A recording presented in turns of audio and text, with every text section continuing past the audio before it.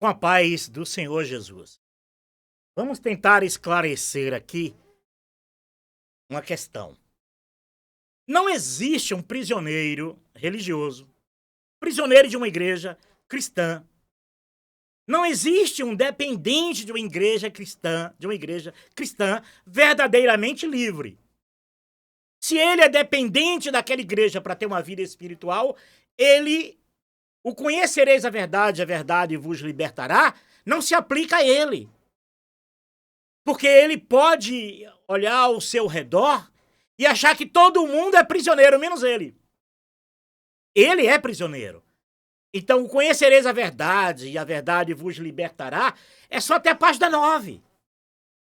Que dali para frente ele se torna um prisioneiro das doutrinas daquela igreja, das doutrinas daqueles líderes que lideram ele. E praticamente ele se torna um prisioneiro por causa da falsa mediação. A falsa mediação é pregação. São as pregações. As pregações cristãs, seja de padre, pastor, pai de santo, médico, seja ele qual for, nas pregações deles contém a falsa mediação. Já que Deus, quando na antiga aliança, Deus usava os homens, os profetas, para falar com o homem. Mas agora Deus fala através do seu Filho Jesus. Então, quando esses homens são pregadores, eles, na verdade, estão usurpando o lugar de Jesus, porque o único pregador é Cristo. É diferente se esses homens quisessem serem anunciador de boas novas. O anunciador de boas novas, ele dá notícia. Ele dá notícia. Quem ouve a notícia vai até o pregador, que é Jesus, que é o mediador que trouxe as boas novas da eternidade para o homem. Então, o meu dever não é de ser pregador de ninguém. O meu dever é ser anunciador de boas novas. É dizer, olha, Jesus é o Filho do Deus vivo. Jesus veio, morreu, derramou o seu sangue para perdoar os teus pecados. E se você crer nele de todo o teu coração, você vai morar no mundo de Jesus, no universo de Jesus, nas moradas eternas de Jesus. Quando essa pessoa ouve isso e aceita isso, aí sim, ela vai até o mediador Jesus. E é aí que entra Jesus como o único pregador entre Deus e os homens. Eu não sei se você me entendeu, mas vai entender. Então, quando as pessoas dizem, não conhecereis a verdade vos libertará, aí faz disso uma pregação, ele, na verdade, ele não se insere como também prisioneiro. Ele acha que ele é liberto e todo mundo é prisioneiro. Um é prisioneiro do cigarro, outro é prisioneiro da jogatina, outro é prisioneiro da bebida. Ele não. Ele acha que essa contaminação que ele está vivendo, ele pensa que essa dependência dele religiosa de estar dentro de uma igreja, ele acha que isso também não é uma prisão. É uma prisão, sim. Porque ele vai ser dependente da mediação do pastor dele, do padre dele. Ele não depende de Cristo. Ele não depende de Jesus para ter uma vida espiritual. Ele depende das práticas religiosas que está incutida nas pregações dos seus líderes, e nessas pregações ele forma um caráter religioso. A vida espiritual dele é baseada nessa prisão. Olha, geralmente, o meio mais fácil que esses pregadores que tomam o lugar de Jesus como mediadores, já que as pessoas vão buscar o que eles dizem para falar com Deus. Olha, Deus está falando contigo através de mim.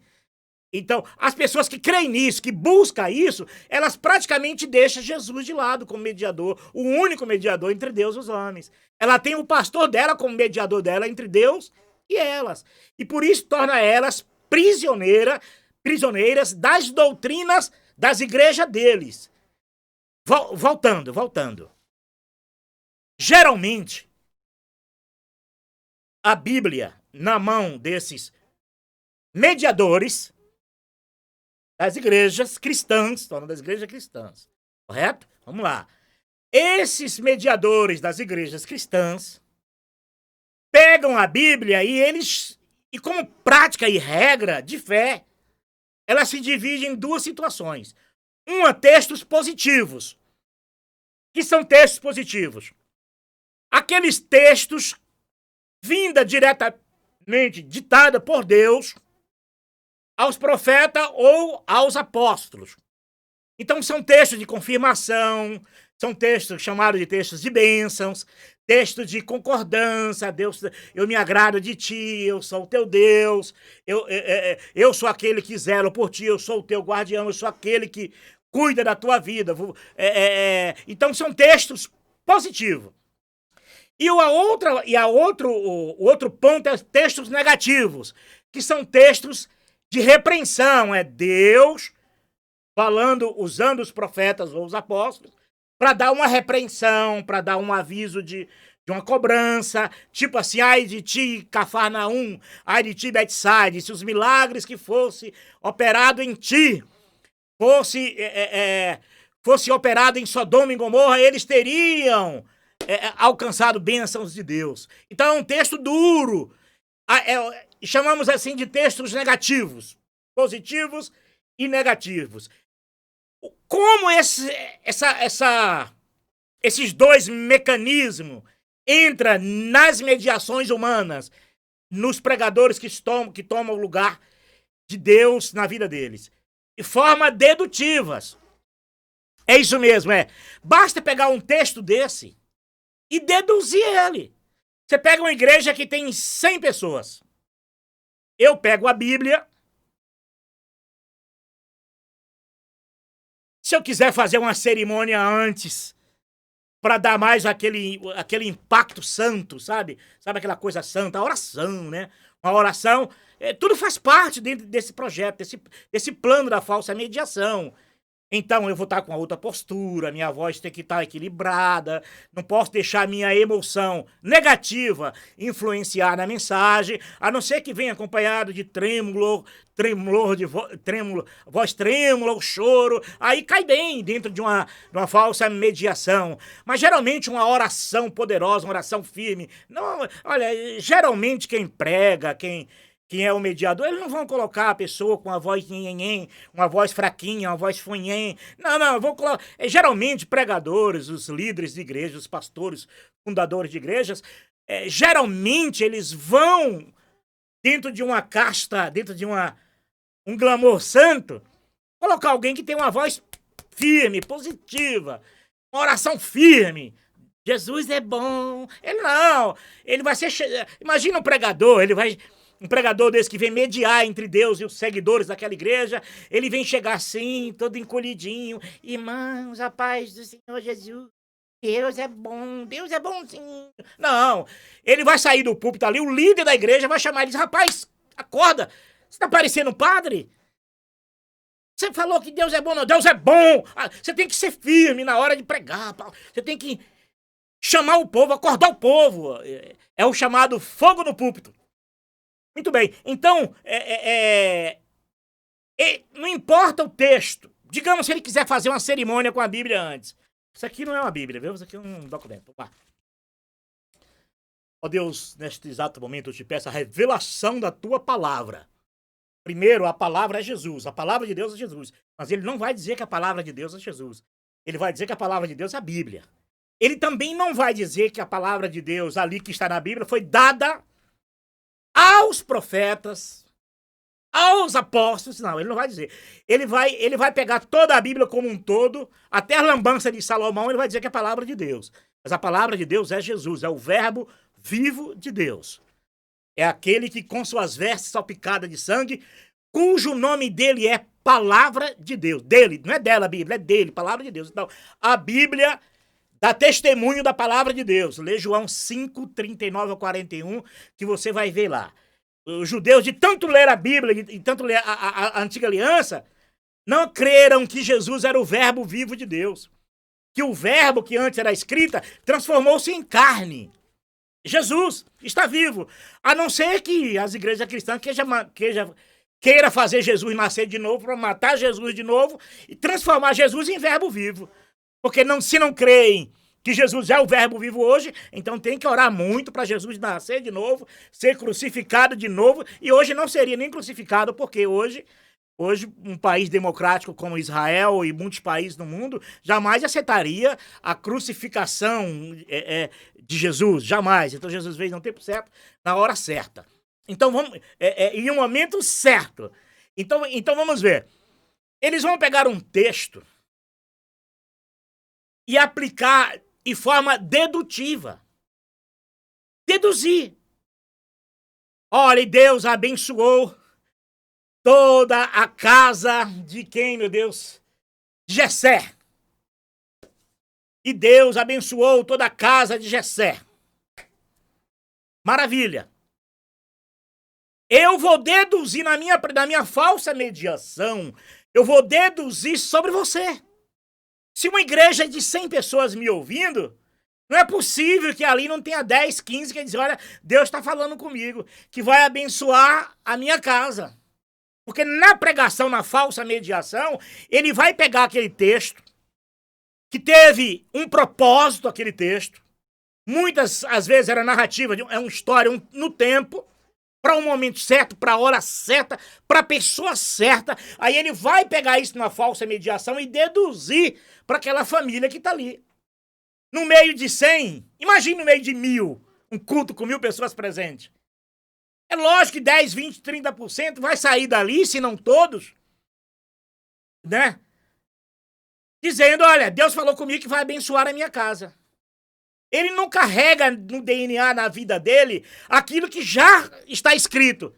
Não sabeis vós que o que eu penso de vós é para o bem e não para o mal? Ele não vai carregar isso. Ele vai carregar sobre ele aquela pregação daquela noite, porque só serve também para aquela noite. Que amanhã ele vai ter que voltar de novo para buscar Deus na casa de alvenaria, sabendo que o coração dele é a casa de Deus, mas ele não crê. Ele crê que Deus está na igreja na hora daquele culto e vai falar com ele através da mediação daquele pastor, daquele pregador.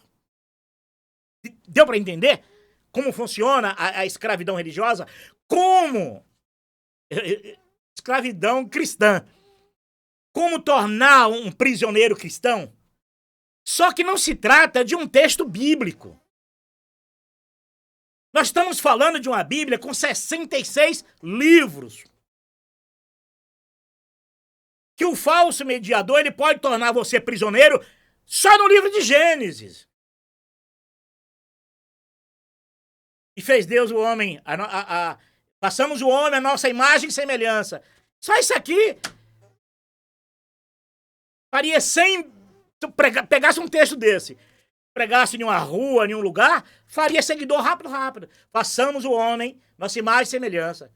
Eu vou deduzir aquele texto que era tratando-se da criação do homem, eu vou agora aplicar ele agora na vida de quem estiver me ouvindo. Porque Deus quer fazer de você a imagem e semelhança de Deus. Deus não toma pinga. Deus não joga baralho. Deus não joga sinuca. Deus não joga dominó. Cada igreja tem uns pontos que eles atingem. Pá. Deus não gosta de praia, porque lá tem mulher nua, tem mulher de biquíni. E Deus não pode fazer de você uma pessoa que gosta dessas coisas. Eu tô falando assim, eu tô até usando um tom irônico, mas é sério. Há muitas maneiras de você fazer um prisioneiro cristão, usando a Bíblia e uma falsa mediação. Porque geralmente as pessoas que querem buscar Jesus nesses ambientes religiosos, ele não crê que Jesus está na vida dele. Ele não crê quando Jesus, por exemplo, disse assim, e está escrito que Jesus disse isso.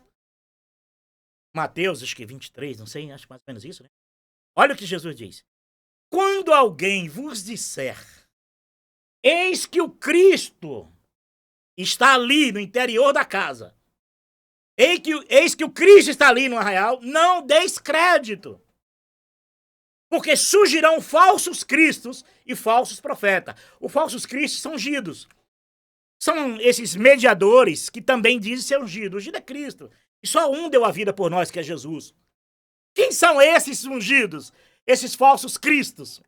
Deu para entender a loucura Então é o seguinte, a Bíblia dá testemunho de Jesus. Jesus já falava sobre isso.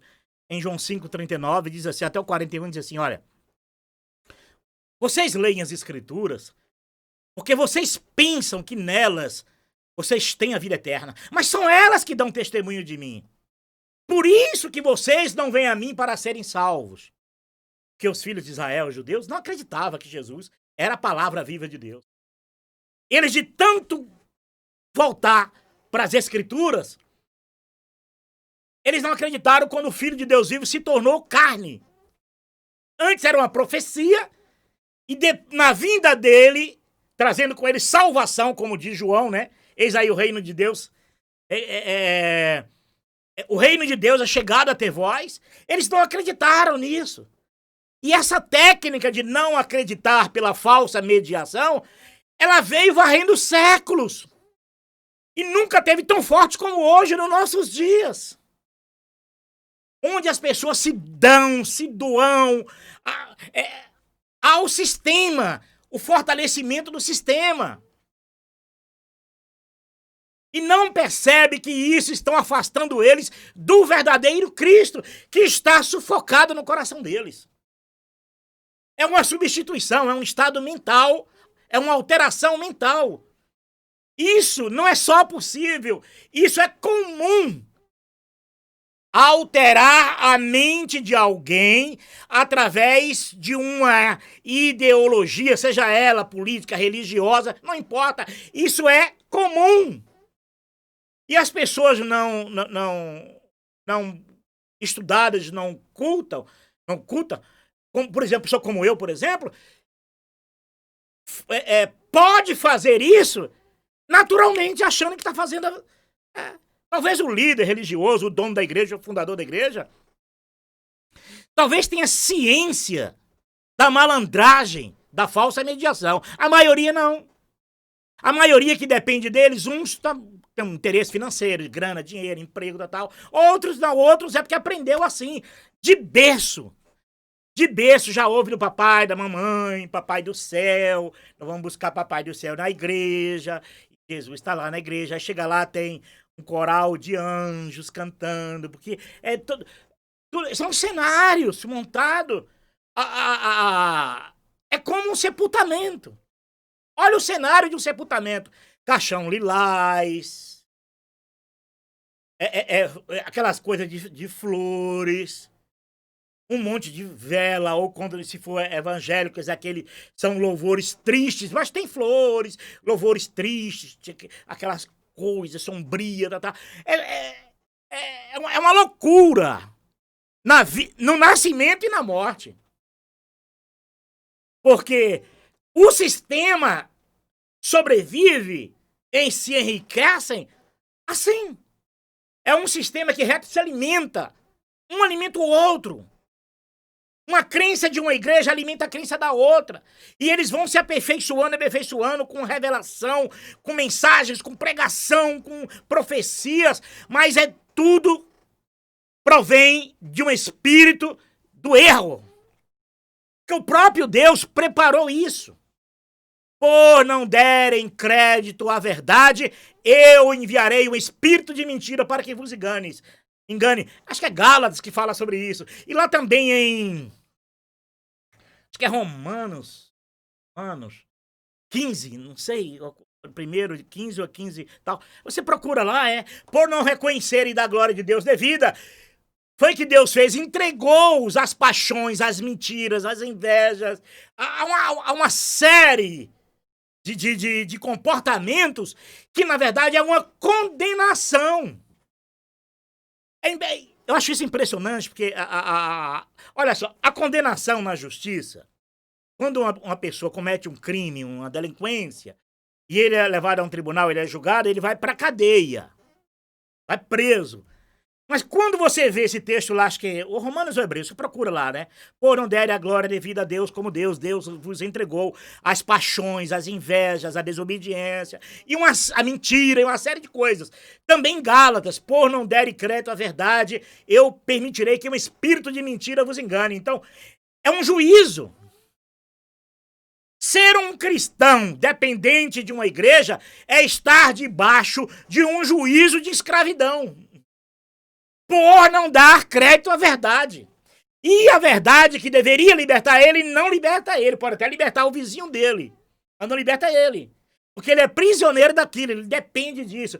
Ele depende do templo de madeira, de pedra, de pau, porque ele não crê que ele é o templo verdadeiro de Deus, que o Espírito Santo de Deus habita na vida dele. Então, quando ele não crer nisso, ele está debaixo de uma condenação de viver dentro de uma igreja. Quando ele não crer que Jesus está vivo e é o único mediador entre Deus e ele está condenado a buscar a mediação do pastor dele, do pai de santo, do padre, do médico e daí por diante.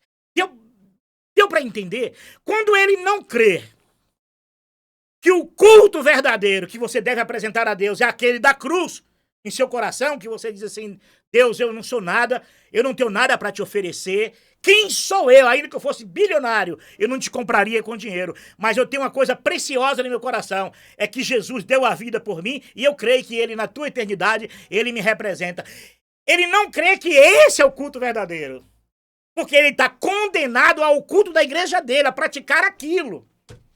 E se for uma igreja que samba e que dança e que grita, o que está sem perna está perdido, que vai ter que botar a mão no chão e... É isso aí. Por quê? Porque é um estado de condenação. Olha, eu tenho um problema muito sério. Eu tô aqui, mas estou morrendo de dores crônicas. Imagine eu condenado a ir para uma igreja dessa. O que mais me dói é no lugar da cirurgia e da lesão da medula e na bunda. Imagine, pastor, põe a mão na minha bunda para orar por mim. Você está entendendo? Que estado de condenação terrível. Imagine, eu nem vou, imagine, pastor, põe a mão aqui no lugar que tá doendo para orar por mim. Tem gente aí que tem um braço desse tamanho, um dedo dessa grossura. Mano, não põe a mão em mim, não. Eu não tô condenado a estar prisioneiro dentro de uma igreja dessa. Porque Jesus me libertou, Jesus liberta o homem. Conhecereis a verdade vos libertará. É libertar de tudo, principalmente da mentira. Por isso que às vezes as pessoas...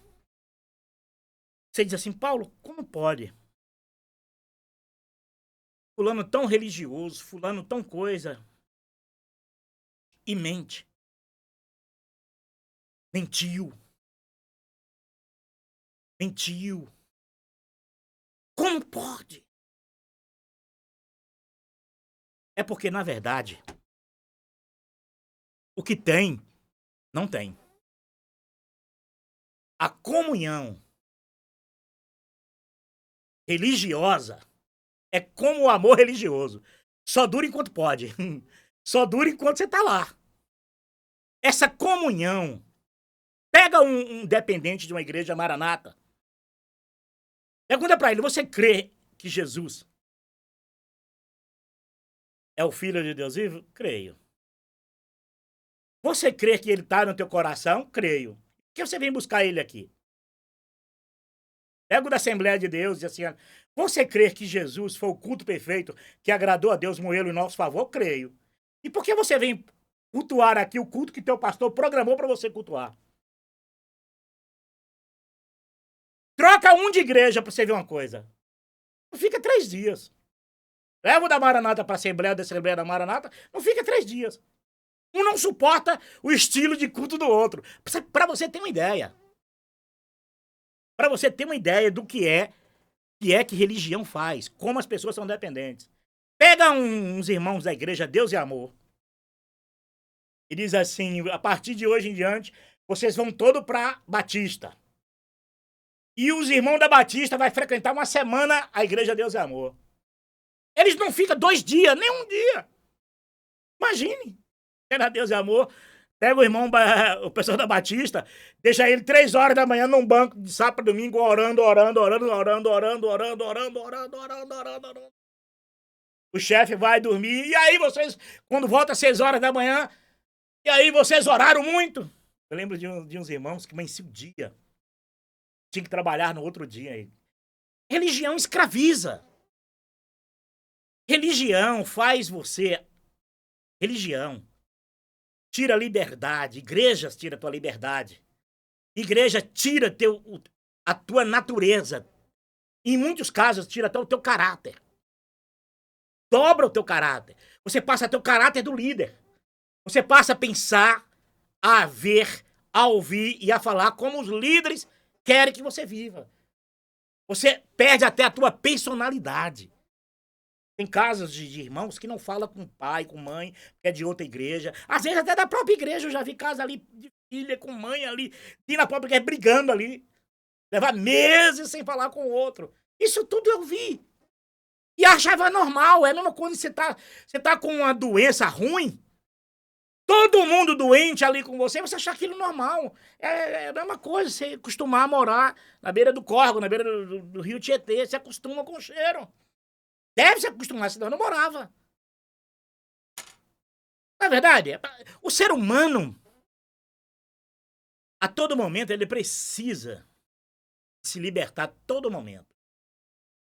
O conhecereis a verdade tem que servir para todo momento.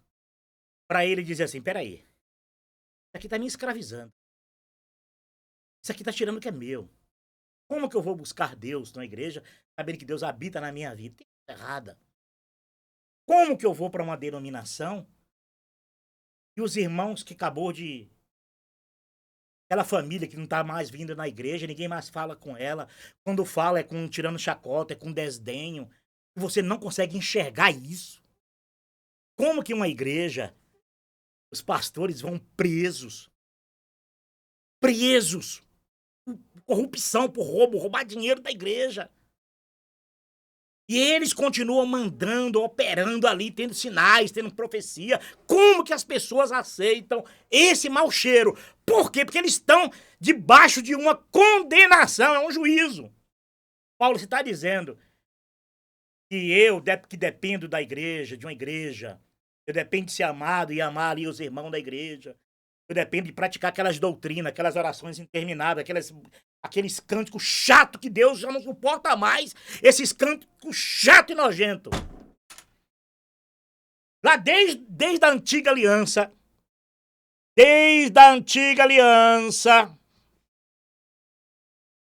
Deus já tinha dito, Deus já estava enojado dessa lambança religiosa, porque Deus sempre soube.